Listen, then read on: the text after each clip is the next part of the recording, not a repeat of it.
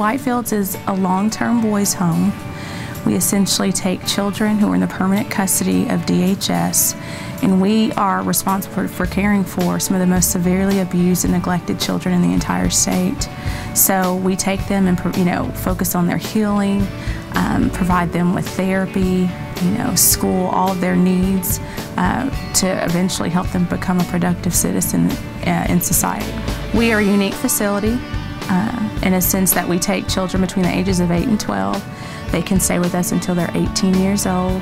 Our ultimate goal is to prepare every boy that we have to go on to be a productive citizen of society. These boys have been sexually, physically, emotionally abused, and we essentially focus on the whole healing, the entire healing of each child in our custody or in our home. And we say that Whitefield is a place to call home, and we truly mean that. We created a home-like environment for these children. 3 levels of care that we offer. We have a D+ level of care, which essentially is 24-hour supervision.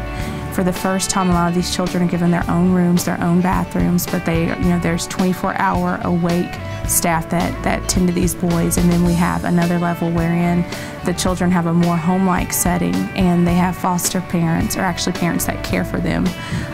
So they have rooms, their other children are there with them. And then we thirdly have foster care. We offer foster care, so we have foster parents who live on campus and actually care for some of our children as well. And the goal is being to basically provide a consistent, consistency that these children have not had. So that's why we have the 3 levels of care, so that as the children advance and progress, once the doctors deem that it's appropriate, then we're able to move them up.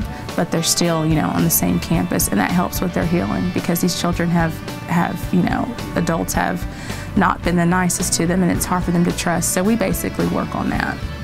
Sounds like an amazing program. I was not familiar with It's that. a mission larger than life, but it was essentially founded in 2000 by Tom and Trent Ward.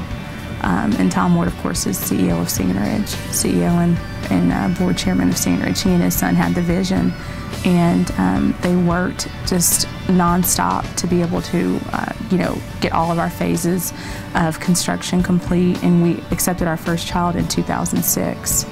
So the vision started, everything came into place, and 6 years later, we welcomed our first child. And now we're celebrating our 5th year anniversary.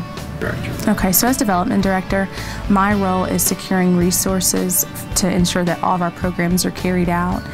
In caring for the boys, it's also to ensure the long-term sustainability of our organization. We plan to grow, and in doing so, of course, it takes resources to do that. So that's pretty much my job, is to, external affairs, making sure that, creating relationships with our donors and supporters, and of course, just ensuring our sustainability.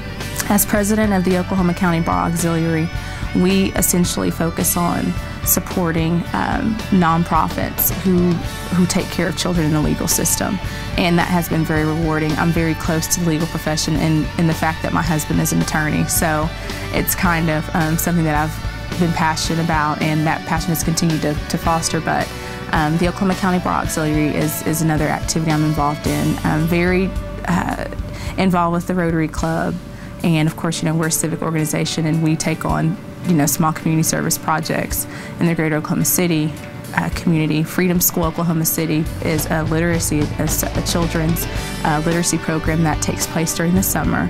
So I'm able to go and volunteer as a reader and kind of help them some, and that's pretty neat. It honestly doesn't seem like I've accomplished a lot. I feel like there's so much more to do, and I think just being in the nonprofit community and seeing all the people that are hurting out there, by a lot of them by no fault of their own, I see myself continuing down the path of the work that I'm currently doing, just continuing to make a difference in the lives of others. I feel like that's my purpose, and with God before me, He'll continue to open those types of doors, and I'll just continue to go and be a blessing to others.